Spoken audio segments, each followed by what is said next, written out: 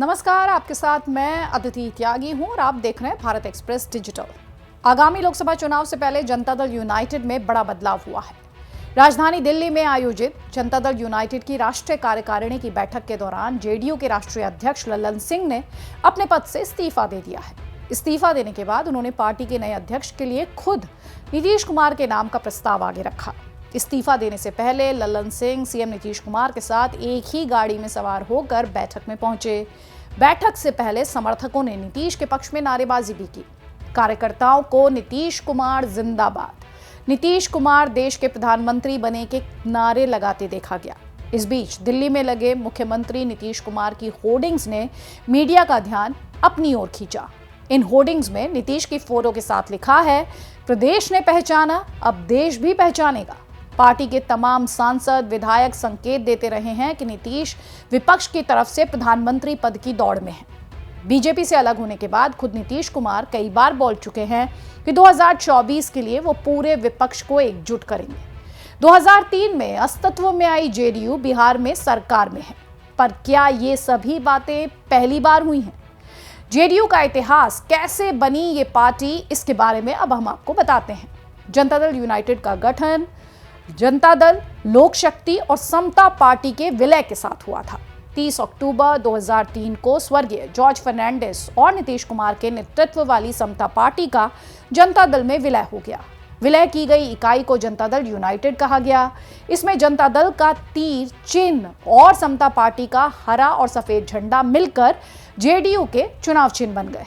इस पार्टी के संस्थापक अध्यक्ष 2004 से 2016 तक शरद यादव रहे। वहीं नीतीश कुमार 2016 से 2020 तक इस पद पर रहे। उनके बाद रामचंद्र प्रसाद सिंह 2020 से 2021 तक और उनके बाद ललन सिंह ने जिम्मेदारी संभाली। अब शुक्रवार को ललन सिंह ने पार्टी के राष्ट्रीय अध्यक्ष के पद से इस्तीफा दे दिया। बिहार में जेडीयू 2005 से लगातार सरकार के रूप में प्रतिनिधित्व कर रही है। बिहार के अलावा जेडीयू झारखंड, अरुणाचल प्रदेश, मणिपुर, इन सभी राज्यों में जहां जेडीयू को कुछ हद तक सफलता मिलती रही है। झारखंड में 2005 में जेडीयू को 6 सीटें मिली थीं। 2009 में हालांकि ये घटकर 2 रह गई। 2014 और फिर 2019 में जेडीयू ने यहां 11 और 45 सीटों पर चुनाव लड़ा, लेकिन एक पर भी जीत नहीं मिली। अरुणाचल प्रदेश में 2019 विधानसभा चुनाव के दौरान 14 सीटों पर जेडीयू के प्रत्याशियों ने चुनाव लड़ा था। इनमें 7 पर पार्टी को जीत मिली। हालांकि अब ये सभी बीजेपी में शामिल हो चुके हैं। इसी तरह मणिपुर में साल हुए चुनाव में 38 सीटों पर जेडीयू के प्रत्याशी मैदान में थे। इनमें से 6 पर नीतीश कुमार की पार्टी को जीत मिली थी। बाद में इनमें से 5 विधायक बीजेपी में शामिल हो गए। नीतीश कुमार देश की राजनीति में बड़ा चेहरा है। 1985 में निर्दलीय उम्मीदवार के रूप में नीतीश कुमार पहली बार बिहार विधानसभा में पहुंचे, जिसके बाद उनकी सियासी पार्टी बढ़ती ही गई। वर्ष 1989 में वो 9वीं लोकसभा के सदस्य चुने गए। लोकसभा में अपने पहले कार्यकाल में ही नीतीश कुमार केंद्रीय राज्य मंत्री की जिम्मेदारी को संभालते दिखे।